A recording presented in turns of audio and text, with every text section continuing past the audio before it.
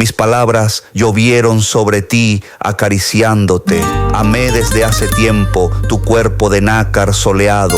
Hasta te creo dueña del universo. Te traeré de las montañas flores alegres, copigües, avellanas oscuras y cestas silvestres de besos. Quiero hacer contigo lo que la primavera hace con los cerezos. Juegas todos los días con la luz del universo, sutil visitadora. Llegas en la flor y en el agua. Eres más que esta blanca cabecita que aprieto como un racimo entre mis manos cada día.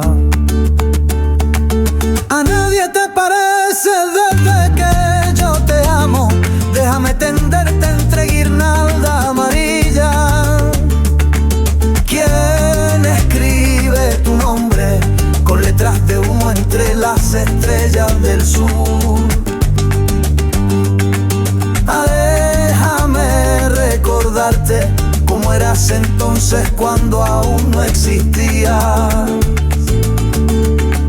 De pronto el viento aúlla y golpea mi ventana cerrada.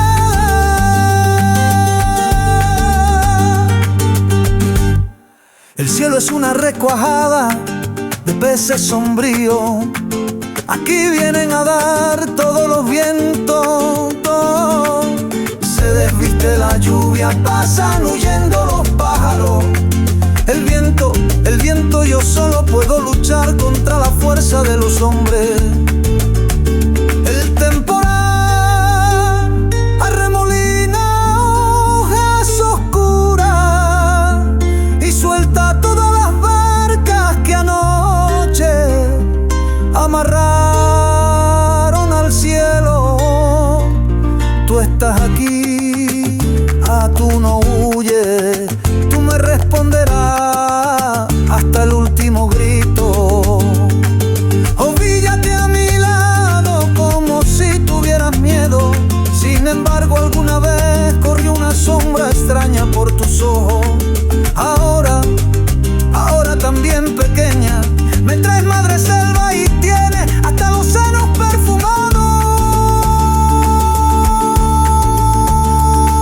Mientras el viento triste galopa matando mariposas, yo te amo y mi alegría muerde tu boca de ciruela.